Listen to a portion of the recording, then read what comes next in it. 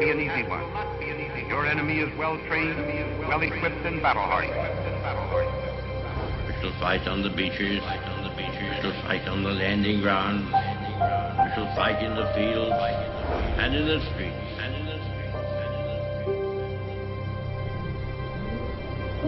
Carry on the struggle until, in God's good time, the new world, with all its powers, steps forth to the rescue and to liberation.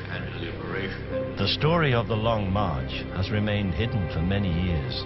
It was one of the most brutal and harrowing events of World War II. It is a tale of endurance, grit, and determination. Men that were held in captivity in camps scattered across Eastern Europe faced an uncertain fate.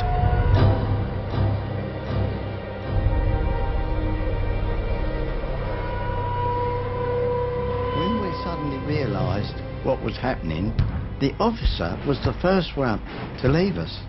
He just ran away and said, "This isn't right, we're not trained for this, every man for himself," and he went.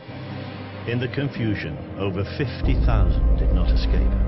These early captives were amongst the first to swell the growing numbers of prisoners of war.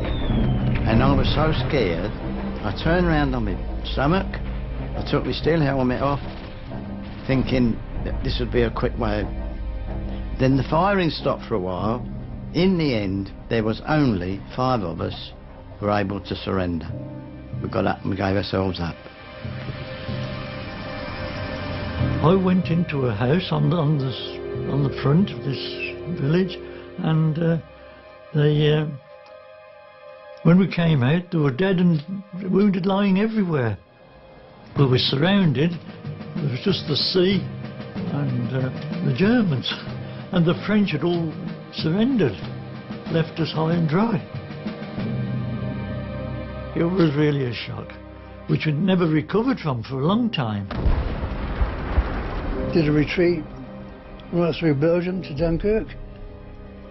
Got to Dunkirk and go and get myself wounded. Most camps had someone with knowledge of how to brew intoxicating beverages.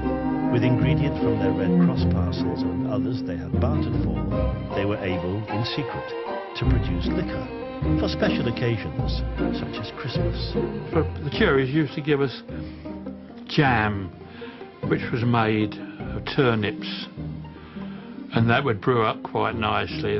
Well, I didn't, because I didn't know how to brew, but there's always somebody in a prison camp knew what to do. We had all saved all the dried fruit out of the Red Cross parcels to brew up, and there were all sorts of brews. The Germans, if they found them, would throw them over. But we managed to hide ours under a big pile of coke in the boiler house. And it was put into a barrel in the loft of the hut, and it used to rumble like mad. And of course, when there was an inspection, everybody sang, because the thing was like thunder up there. And put it outside to ferment. In the night time it blew up. The Germans were firing the guns everywhere, thinking we'd escaped, something like that. And of course, when it matured, we brought it down, and you only had 1 glass, and you were flat on your back. I didn't know anything about Christmas Day at all. We were out for the count on Christmas Day. And it sent some of them blind for days. It was awful stuff. And if you give the guards stuff, it's like to be sent to the Russian front next. Snaps tasted horrible, but it was lethal, you could burn it. But one of the chaps, we had 2 milk churns for the toilet.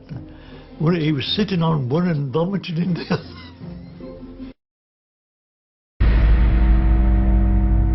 As Germany began to fall at the start of 1945, the POW camps along the Eastern Front, containing some 200,000 men, were evacuated and ordered to march west, away from the advancing Russian army. Tried to stop at various different places, and they tried to find a soup kitchen. They tried to find from local civilians a bread source, somewhere they could get hot water or some sort of soup that they could feed them, because they knew that if the Allied POWs collapsed on the road through malnutrition and exhaustion, they were therefore a greater liability to them. But really, as the march went on, they were in exactly the same position as the Allied POWs. No food and nowhere to get it. You couldn't complain about having no food when the Germans themselves had no food. And if there was a crust of bread, it was going to go to the Germans rather than to you. Hunger is one of the worst pains you can experience. It's terrible.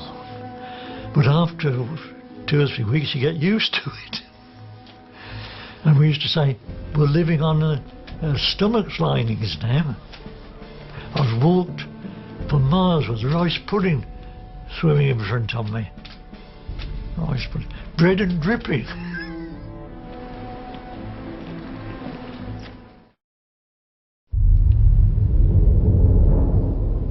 Now, several weeks into the march, the journey begins to take its toll on the prisoners' already weak and malnourished bodies.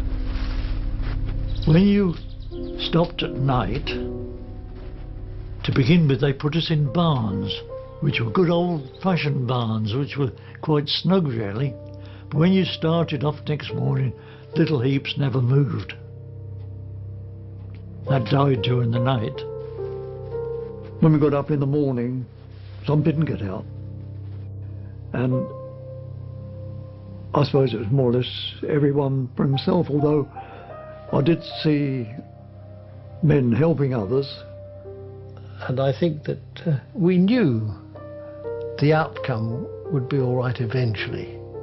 We knew that the Germans were on the tail end of their resistance, and that we were marching west. We were marching away from the advancing Russians.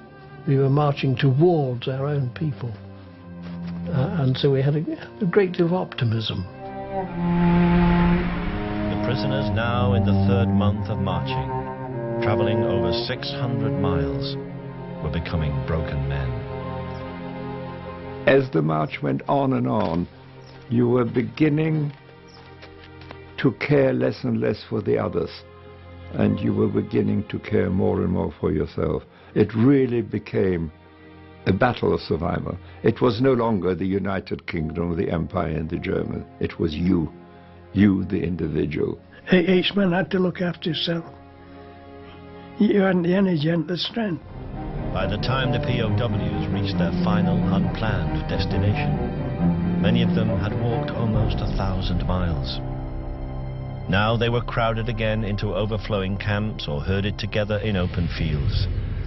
As they waited and hoped, there were signs that things were changing. We were near this village of Michael-Neukölln. We heard the guns firing, and we stopped and listened. We could hear the artillery fire of the Russians in the distance, but they didn't seem that close. But it's sufficient to frighten the Germans, because they were really, really frightened. And we heard the guns going farther over on one side. They said, they're getting closer, they're getting closer. And we went to sleep in the straw paliasses on the bell tents. And when we got up the next morning, the German guards had gone. There was no Germans anywhere. The guards just disappeared. Leaned the rifles against the walls and hedges, and went. We didn't hear them leave, but they'd gone.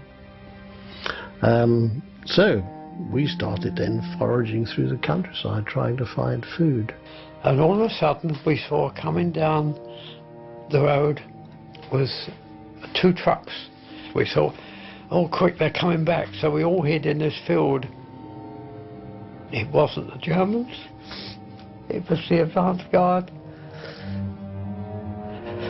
The 9th American Army.